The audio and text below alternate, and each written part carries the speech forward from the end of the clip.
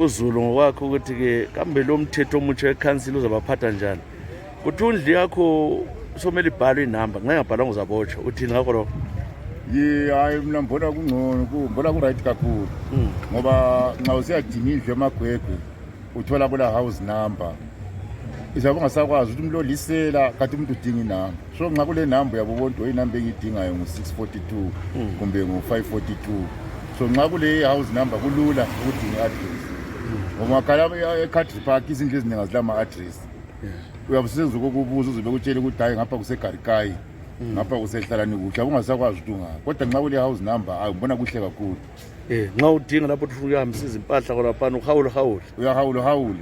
Njalo futhi izindlu ezingenama-address ezigcinwa amasela kwesinye isikhathi uyabe ungakwazi ukuthi umuntu uhlala ngapha. Kodwa umuntu angaba le-address usukwazi ukuthi hayi umuntu lo uhlala lapha, kuba lula kakhulu. So wena lapho uyavumelana umele umthetho lo ufundisa ukuthi ngayaqala manje anti udala sakhula vele wakwazi lapha uhamba abantu vele kukhanya egcekeni. Njengoba into lokho zitshintsha kancane, lokho zitshintsha izinto, kodwa hayi indaba ye-address hayi lami ngiyayisapota, ngiyayisekela. Ngubani igama esikhulumayo?